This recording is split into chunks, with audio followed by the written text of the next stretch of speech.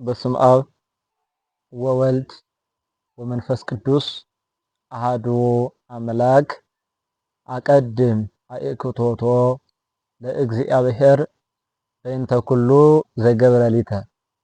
ከሁሉ አስቀድሞ ስላደረገልን ድንቅ ነገርና ወደፊት ሊያደርግልን ስላሰባቸው መልካም ነገሮች ሁሉ አምላካችን ልዑለ ባሕርይ ቅዱስ እግዚአብሔር ስሙ ለዘላለሙ የተባረከና የተመሰገነ ይሁን።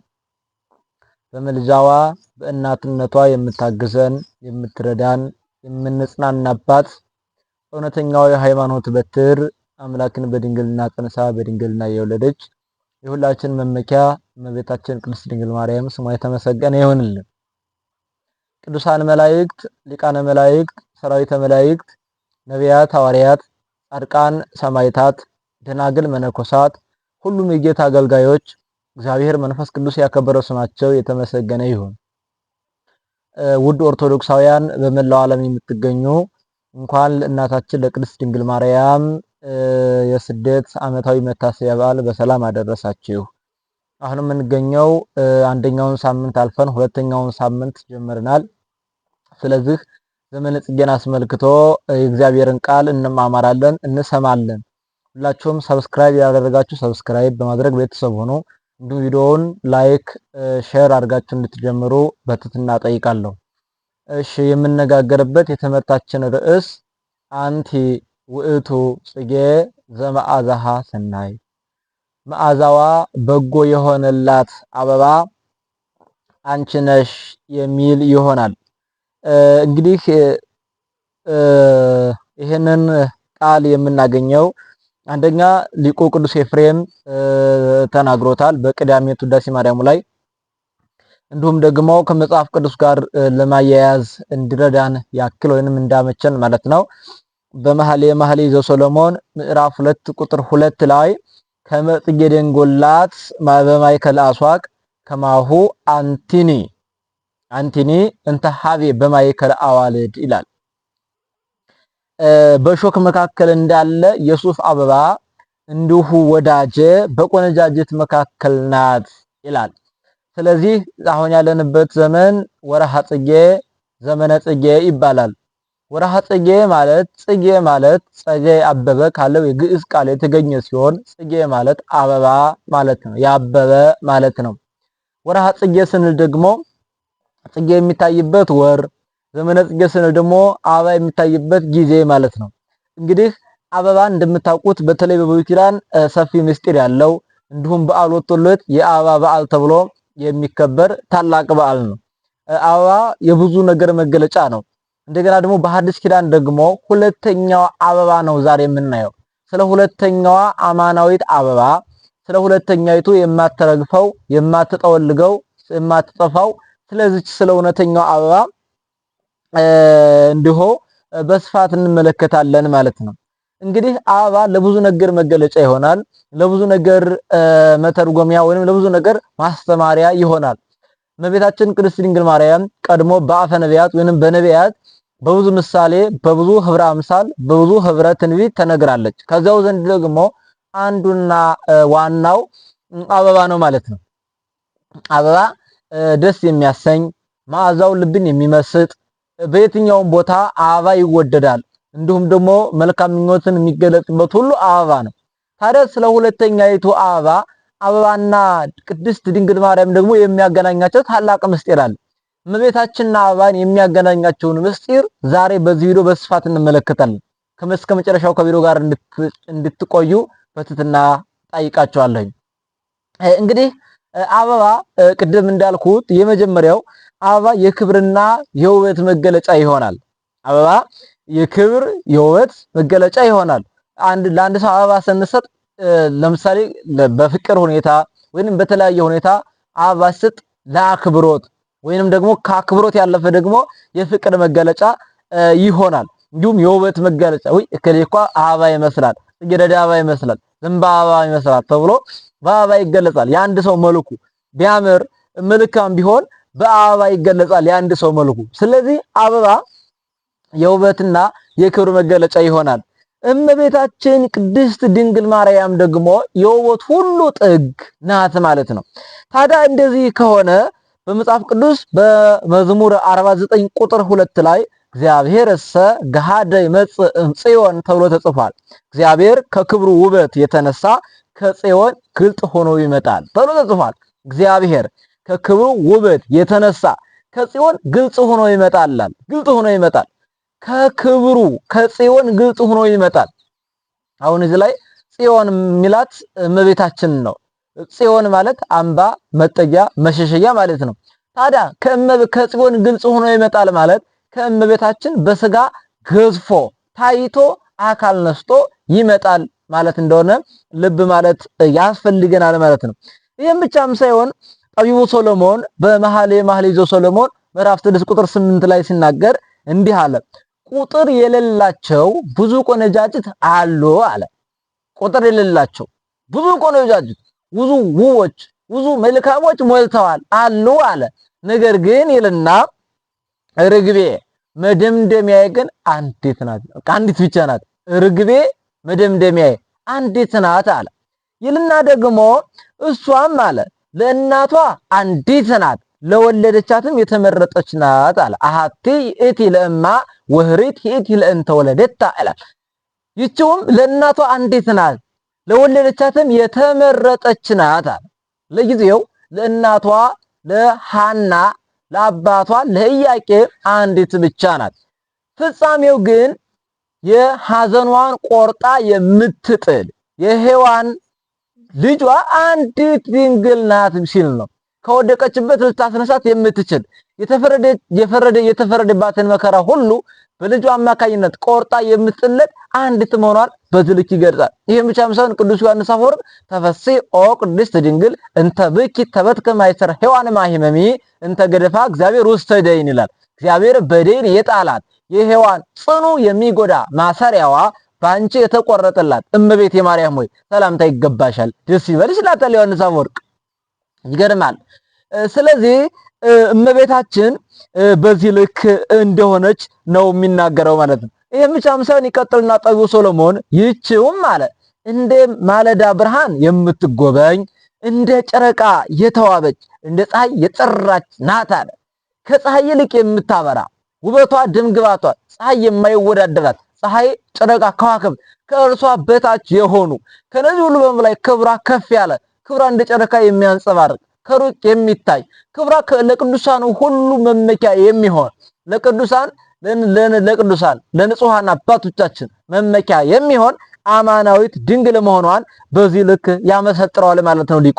ይቀጥልና ታላቁ ሊቅ ቅዱስ ያሬድ በድጓው እንዲህ ሲል ይዘምርላታል። እንዲህ አለ ለማርያም የአቢ ክብራ እሞር ወእም ፀሐይ ይሴኒ ላህያ ይላል። ምን ማለት መሰላችሁ? እንዲህ አለ የማርያም ክብሯ ልዕልናዋ ከፀሐይ ከጨረቃ ይበልጣል፣ ውበቷ ድምግባቷም ከፀሐይ ይበልጣል አለ። ውበቷ ድምግባቷ ከፀሐይ ይበልጣል ነው ብሎ የሚናገረው። አሁን ውበት ስንል በሁለት ወገን ይገለጣል። ውጫዊ ውበት አለ፣ ውስጣዊ ውበት አለ። ውጫዊ ውበት ማንኛውም ሰው ሊኖረው ይችላል። ግን ይሄ ውበት ኖረ አልኖረ ጉዳይ አይደለም። ምክንያቱም በመጽሐፍ ተጽፎ ተነግሯል። የገዳም አበቦችን ተመልከቱ ተብሏል። ጥቅምት መስከረም ላይ ያብባሉ። እንደገና ህዳር ጥቅምት ላይ ደግሞ ስታዩ መስከረም ነሐሴ ላይ ያብባሉ። ህዳር ጥቅምት ላይ ስትመለከቱ ደግሞ ይደርቃሉ፣ ይጠፋሉ፣ ይጠወልጋሉ ማለት ነው። ስለዚህ የሰው ውበት ልክ እንደዛ ነው። ምናልባት በስፋት በኋላ የምንመጣበት ይሆናል። ግን ሁለቱ ውበት ውጫዊ ውስጣዊ ውበት፣ እመቤታችን ግን በሁለቱም ወገን ውበት የተማላላት ውስጣዊ ውጫዊ ውበቷ ውጫዊ ውስጣዊ ደምግባቷ እጅግ በሰማይ በመላእክት በምድር በቅዱሳን በአባቶቻችን የተመሰገነ የተወደደ የከበረ ምስጉን ክቡር ንጹህ ልዩ ነው የእመቤታችን ውበት።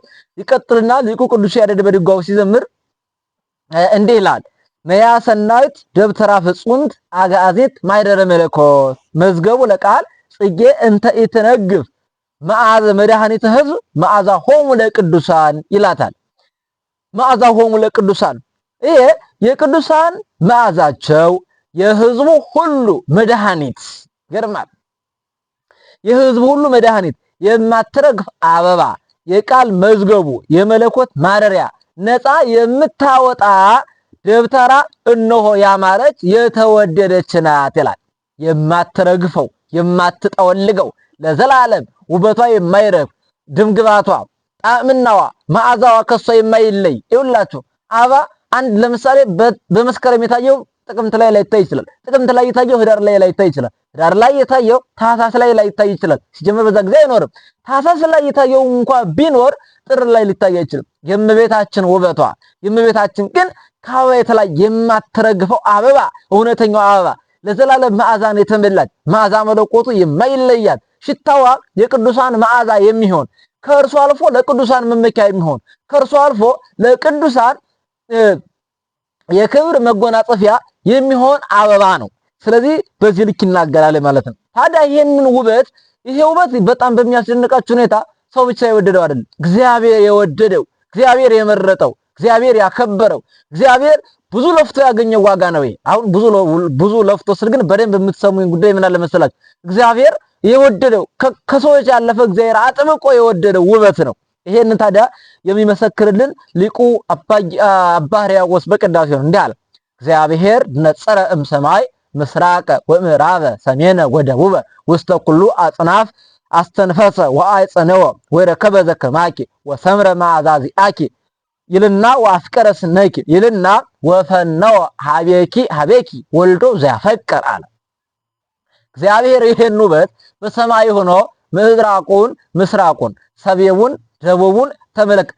በዓለም ሁሉ መረመረ፣ አሻተተ፣ ፈለገ። እንዲያንቺ ያለ ውብ፣ እንዲያንቺ ያለ መዓዛ ያላት፣ እንዲያንቺ ያለ ንጽሕት፣ እንዲያንቺ ያለ ቅድስት፣ እንዲያንቺ ያለ ስቤት፣ እንዲያንቺ ያለ ውድስት፣ እንዲያንቺ ያለ ልዩ፣ እንዲያንቺ ያለ ክብርት አላገኘም አለ። ባገኝስ ወፈነወ ወልዶ ሀቤኪ ተቀዳሚ ተከታይ የሌለው አንድያ ልጁን ውረድ ተወለድ ሙት ተሰቀለ ብሎ ወደ አንቺ ላከው ይላል። ስለዚህ ይሄ ደም ግባት ይሄ ውበት እግዚአብሔር የወደደው ውበት ነው። በጣም ይገርማል። ምንድነው የሚለው መዝሙረኛው ዳዊት? መዝሙረኛው ዳዊት ሲዘምር ምንድነው አለ መሰላችሁ? የያዕቆብን ደም ግባት ወደደ አለ። የያዕቆብ ደም ግባት ምንድነው?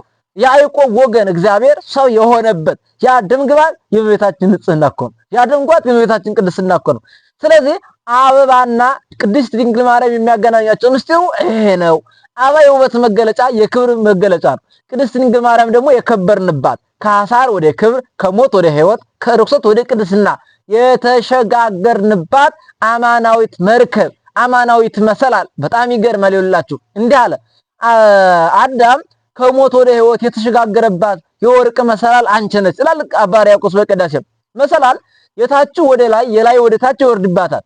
በእመቤታችን በእውነተኛዋ መሰላል ደግሞ ልዑል መለኮት ትሑት ሥጋ ሆነባት፣ ትሑት ሥጋ ደግሞ ልዑል መለኮትን ሆነባት።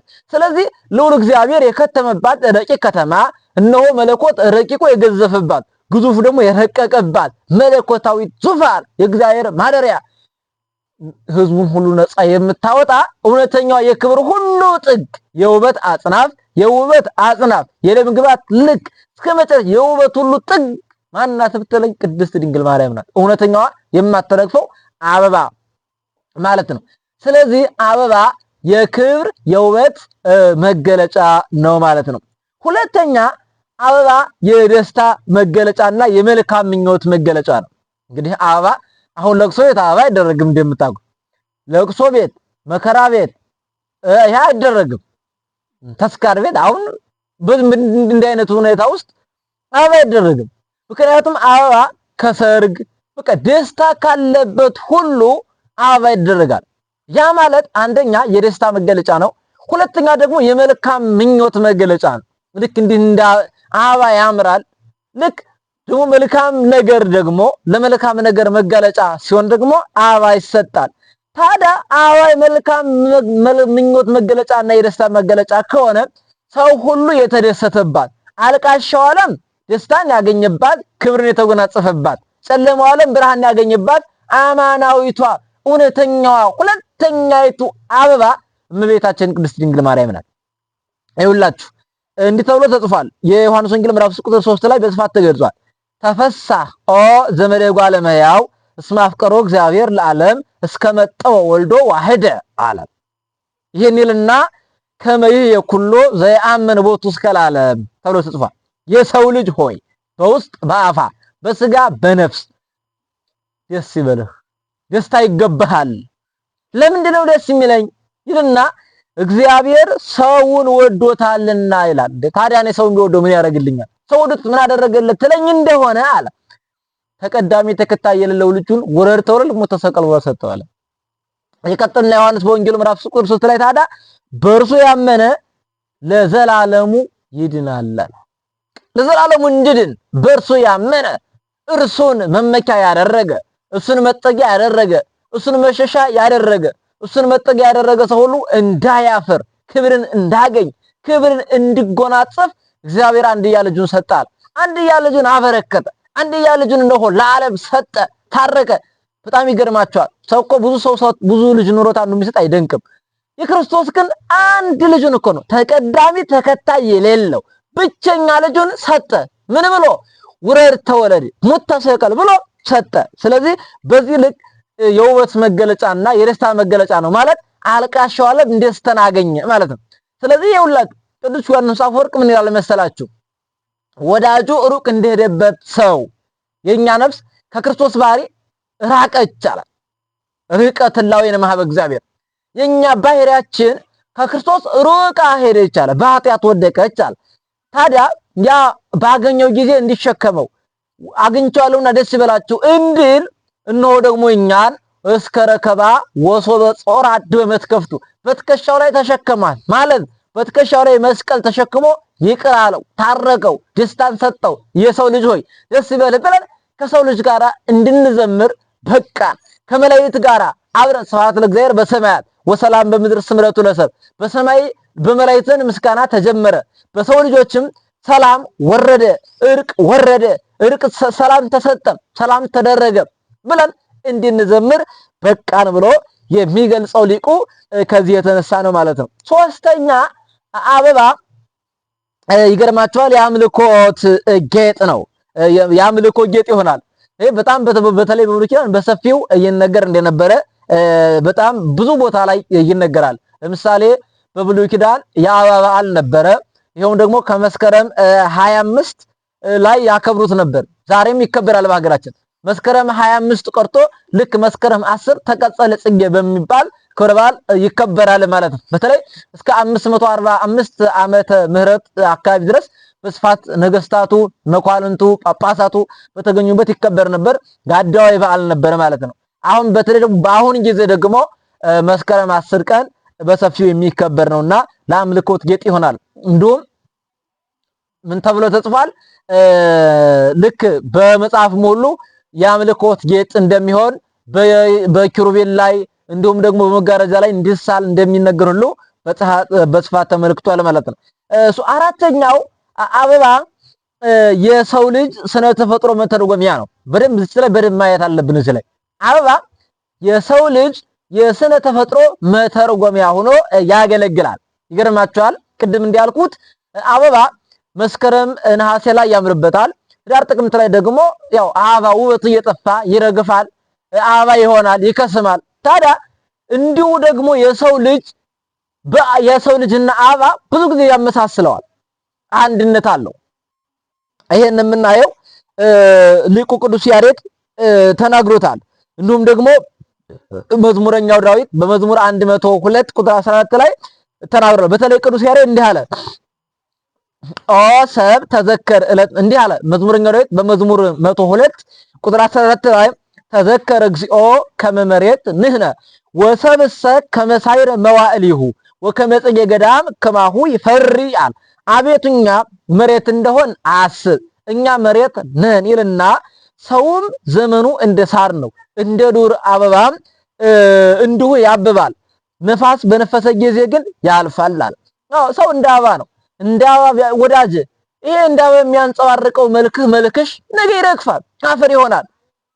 ኦ አዳም መሬት አንተ ወትገቡ ውስተ መሬት ነው ተብሎ አዳም ወይ መሬትና ወደ መሬት ትመለሳለህ። ይገርማችኋል። ሰው ነገ እንደ አበባ ለሚረግፈው መልኩ እኮ ነው የሚጨነቀው። ሰው ነገ እንደ አበባ ለሚረግፈው ለሚጠፋው መልኩ እኮ ነው ጭንቅ ጥብ የሚለው። ይገርማችኋል እኮ። ስለዚህ ሁላችሁ የሰው ልጅ መልኩ ቢያምር ቢያንሸበርቅ ቢያንጸባርቅ ቢያምር ምንም ቆንጆ ብትሆን እመነኛ አፈር ትሆናለህ። ምንም መልካም ብትሆኝ የውቦች ውብ ብትሆኚ እህቴ ልንገርሽ፣ ነገ አፈር ትሆኛለሽ። ነገ አፈር ነሽ፣ እንደ አፈር ትለወጫለሽ። አበባን ተመልከች። ሪው ጽጌያተ ገዳም ነው ጌታ ያለው። የገዳም አበቦችን የዱር አበቦችን እያቸው ተመልከች አለ።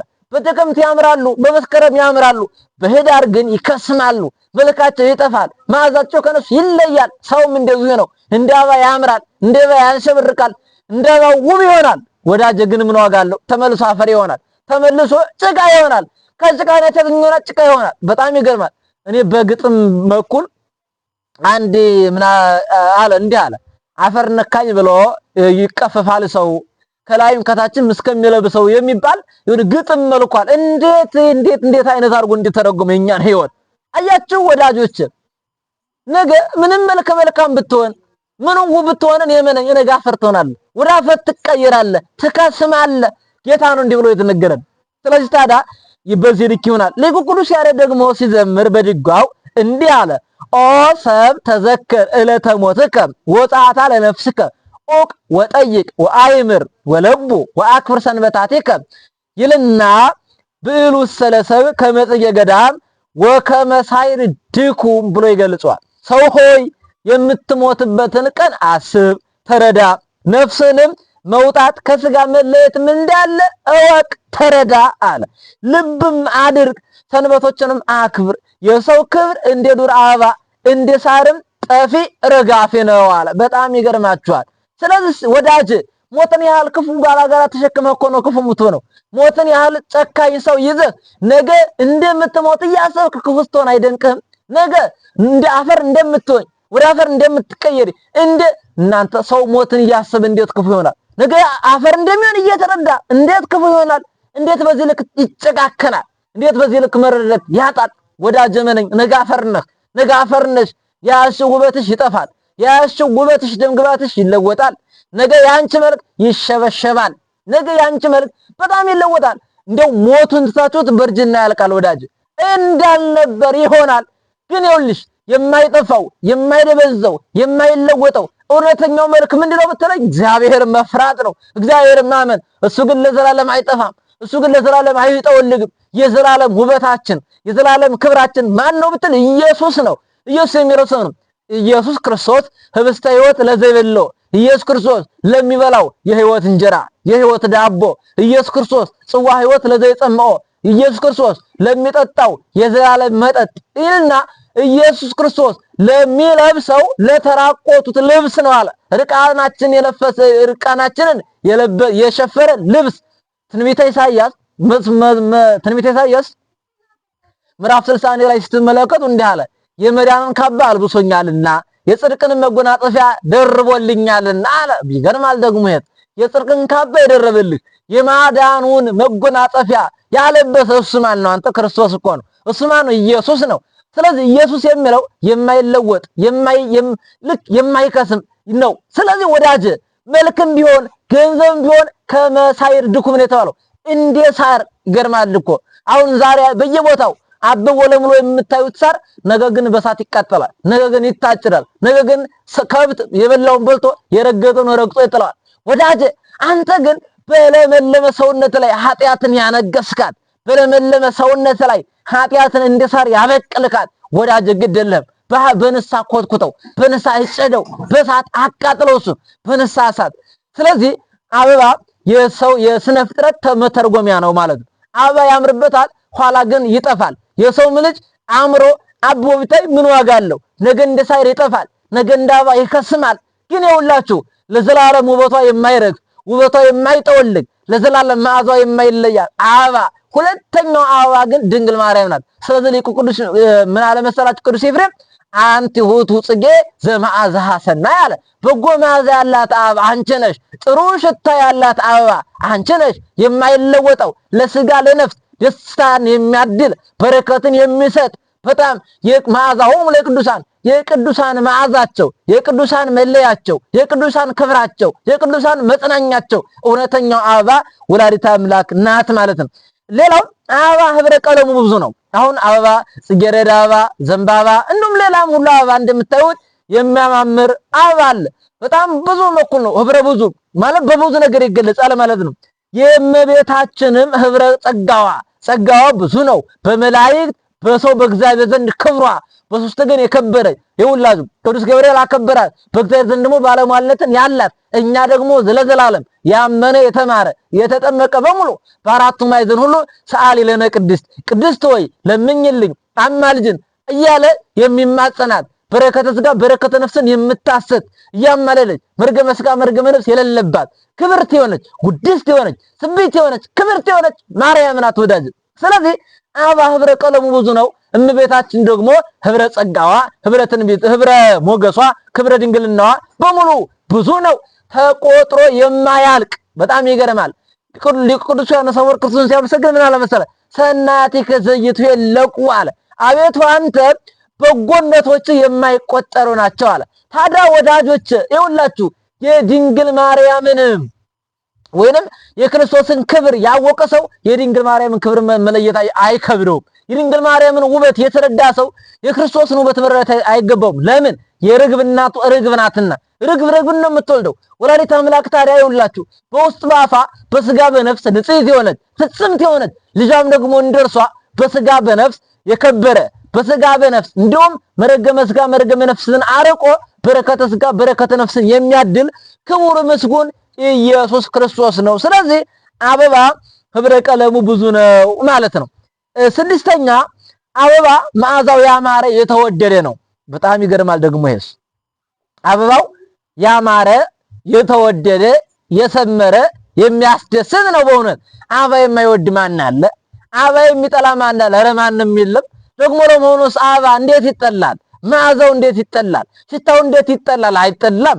ስለዚህ አበባ ሁሉ እንኳን ኦሪጂናሉን የተፈጥሮውን ቀርቶ በየቤታችን እንኳን ፎርጅ አበባ እየገዛን እናስቀምጥ የለም እንዴ?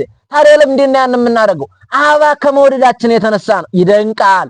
ታዲያ ወዳጆች የቅድስት ድንግል ማርያም ደግሞ ክብሯ፣ ልዕልናዋ፣ አማላጅነቷ እጅግ የተወደደ እጅግ የተከበረ እጅግ የሚናፈቅ ነው። ይሄንን ሊቁ ቅዱስ ያሬድ ምን አለ? ሊቁ አባ ጊዮርጊስ ዘጋስጫ ምን አለ? ወይንም አባ ሕርያቆስ ምን አለ? ድንግል ሆይ እግዚአብሔር በሰማያት ሆኖ መዓዛሽን ወደደ ፈለገ እንዳንቺም ያለ ንጽሕት አላገኘም ብሎ የተናገረው ከዚህ የተነሳ ነው ማለት ነው። ሊቁ አባ ጊዮርጊስ አባ ጽጌ ድንግል ታዲያ ይሄንን ውበት ሲገልጸው እንዲህ ሲል ይገልጻል። እንዲህ አለ በኩናት እሳት ዘይነድድ ዘያቅበኪ ሱራፊ ወአጼኖ መዓዛኪ ሄኖክ ጸሐፊ ይልና ጽጌ ጸገነት ማርያም ወኢትነግፊ ሱታም አለ ሱራፊ የእሳት ሰይፍ ይዞ የሚጠብቅሽ ሄኖክ ጸሐፊ ሄኖክ መዓዛሽን ያሸተተሽ የማትረግፊ የማትጠወልጊ አበባ ማርያም አንቺ ነሽ ይላል። በእውነቱ ኧረ በጣም ይገርማል። ታዲያ ይሄንን ውበት ቅዱስ ኤፍሬም ምን አለ?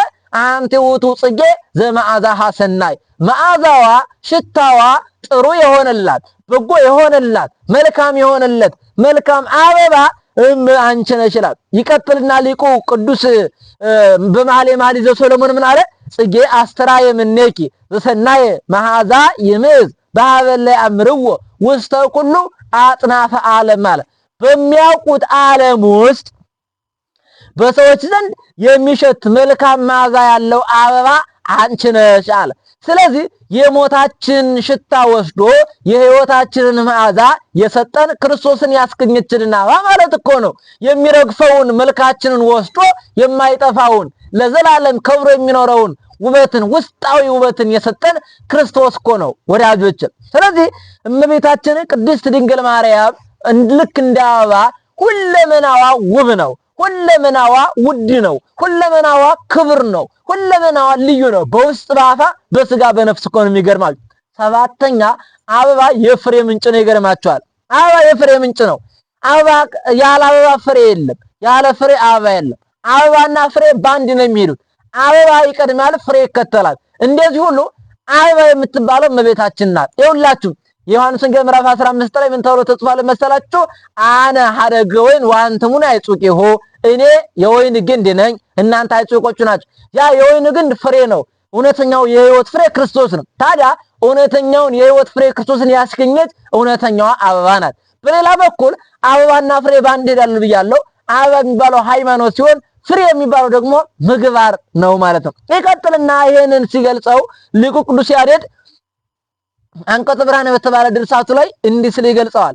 አንቲ ውእቱ ዕፅ ቡሩክ ዕፀ ሕይወት ወዕፀ መድኃኒት ህየንተ ዕፀ ሕይወት በድበ ምድር ፍሬኪኒ ፍሬ ሕይወት ውእቱ ወዘበላ እምኔሁ ሕይወተ ዘለዓለም ይሐዩ አለ። የሚደንቅ ነው ደግሞ ይስ ደግሞ ይችላል። አንቺ የተባረክሽ ዕፅ ነሽ አለ። የሕይወትና የመድኃኒት ዕፅ ነሽ። በገነት ውስጥ ሆነሽ ፍሬሽም የዘላለም ፍሬ ነው። ከእርሱ የበላ የዘላለም ሕይወትን አግኝቶ ይኖራል አለ። ይቀጥልና ታዲያ ሊቁ ቅዱስ ያሬድ አሁንም በድጓው እንዲህ አለ። ሐረገ ወይን እንተ በምድር ስራዊሃ ወበሰማይ አይጹቂሃ እንተ በስሉስ ትትገመድ ወትፈሪ አስካለ በረከት ሲሳይሆሙ ለቅዱሳን አለ። በጣም ረስ ደግሞ ይደንቃል። ስሮቿ በምድር ቅርንጫፎቿ በሰማይ የሆነ በስላሴ የምትጎበኝ የምትኮተኮት የምትከረከም የምትታረም የቅዱሳን ሲሳይ የበረከት ፍሬ የምታፈራ የወይን ሐረግ ናት አለ። በረድ ደግሞ ይደንቃል። የወይን ሐረጉ ናት። ይኸውላችሁ ምንድነው የሚለው ሊቁ አባ ሕርያቆስ በቅዳሴው ላይ እንዲህ አለ። ኦ መፍሪት ለእንተ ይትበላ ወበንቂት ለእንተ ይሰተይ፣ የሚበላውን ያስገኘሽልን የሚጠጣውን ያስገኘሽልን አንቺ ነሽ አለ። እውነተኛውን የዘላለም ፍሬን ያስገኘች ወላዲተ አምላክ ናት ማለት ነው። ስምንተኛ አበባ በእሾክ የተከበበ ነው። በእሾክ የተከበበ ነው። ነገር ግን ፍሬው ደግሞ የጣፈጠ ነው። መልኩ ደግሞ ያማረ ነው። ሽታው ደግሞ እጅግ ነፍስና ስጋን የሚመስጥ ነው። ይገርማል። ይሄንን ታዲያ በመኃልየ ዘሰሎሞን ምዕራፍ 2 ቁጥር 2 ላይ ምን አለ? በከመ ጽጌ ደንጎላት በማእከለ አስዋድ ከማሁ አንትኒ እንተ ሀቤ በማእከለ አዋልድ አለ። በእሾክ መካከል እንዳለ የሱፍ አበባ ወዳጅ እንዲሁ በቆነጃጅት መካከል ናት አለ። ይሄን ይቀጥልና አባ ጊዮርጊስ ዘጋ አባ ጽጌ ድንግል በማኅሌተ ጽጌ ላይ እንዲህ አለ። ዘጸገይኪ ጽጌ ማእከለ አይሁድ አስዋድ ተአምረድህን ማርያም ዘልማዲኪ ምህክ መሃርከኒ ለምመንኪ ይልና እምጻይረ ኩነኔ ድሩቅ ተአምኖቴ ይኩን በበኪላ ታል። በጣም ሊቁስ ያመሰግናል። እረ ደግሞ ሲደንቃል እናንተ ይኸውላችሁ በሾክ አይሁድ መካከል ያለ የሱፍ አበባ ያለብሽ ልማድሽ ርኅራኄሽ የሆነ የመዳን ምልክት ማርያም ሆይ ከብርቱ ጭንቀትና ከቁጣ ፍርድ አድኝኝ፣ ራሪልኝ፣ መታመኔ በከንቱ እንዳይቀር ብሎ ይናገራል። በእውነቱ ይሄንና ይሄን ይቀጥልና ሊቁ ቅዱስ ቄርሎስ ወሶኩሰ ተርፈ በአበ አይሁድ አለ። ገርማል። እኛ አበባውን ቀሰም ነው አበባው ተቀሰመ ይልና እሾኩ ግን በአይሁድ ቀረ አለ። ይኸውላችሁ መጠራጠሩ ሩቅ ብእሲ ሰው ነው መባሉ በአይሁድ ዘንድ ሲቀር በእኛ ዘንድ ግን ትንቢቱ ተነገረ፣ ትንቢቱም ደረሰ። በእኛ ዘንድ ግን ክብሯ ልዕልናዋ በእኛ ተጎናጸፍ ነው፣ እኛ ለበስ ነው፣ እኛ አከበር ነው አለ። ይገርማል። ክብርን የተጎናጸፍበት ሞገስ፣ ጸጋ፣ ክብርን ያገኘንበት በአይሁድ ያቃለሉት እኛ ግን ያከበር ነው። ይኸውላችሁ ቅዱስ ጳውሎስ ምን አለ መሰላችሁ? ንሕነሰ ንሰብክ ክርስቶስ ዘተሰቅለ፣ እኛ ግን የተሰቀለው ክርስቶስን ኢየሱስን እንሰብካለን አለ። ለግሪክ ሰዎች ፍልስፍና ነው፣ እኛ ግን የተሰቀለው ክርስቶስ ሕይወታችን ነው ብሎ የሚገልጸው በዚህ ልክ ነው ማለት ነው። ይሄ ብቻ አይደለም። አበባ የባህር መገኛ ነው። አበባ ማር ይገኛል። ማር ደግሞ የጣፈጠ ነው። እኛ ደግሞ እውነተኛውን የሕይወት ጣዕም ክርስቶስን ያገኘንባት እውነተኛው ሁለተኛው አበባ ወላዲተ አምላክ ናት። ይቀጥልና አበባ በባህሪው ያብባል። እመቤታችን ደግሞ በባህሪዋ ያለ ወንድ ዘር አብባ አፍርታ ለምለማ ፍሬ ሕይወት ክርስቶስን ለምእመናን የሰጠች ቡርክ ንጽሕት ልዩ እናት ናት። እመቤታችንን የሰጠን አምላካችን እግዚአብሔር ስሙ የተመሰገነ ይሁን። ከእመቤታችን ረድኤት በረከት ያሳትፈን። አንቲ ውእቱ ጽጌ ዘመዓዛ ሰናይ፣ በጎ መዓዛ ያላት አበባ አንቺ ነሽ። ያስተማረን የመከረን የአባቶቻችን አምላክ ስሙ የተባረከና የተመሰገነ ይሁን። ይቆየን።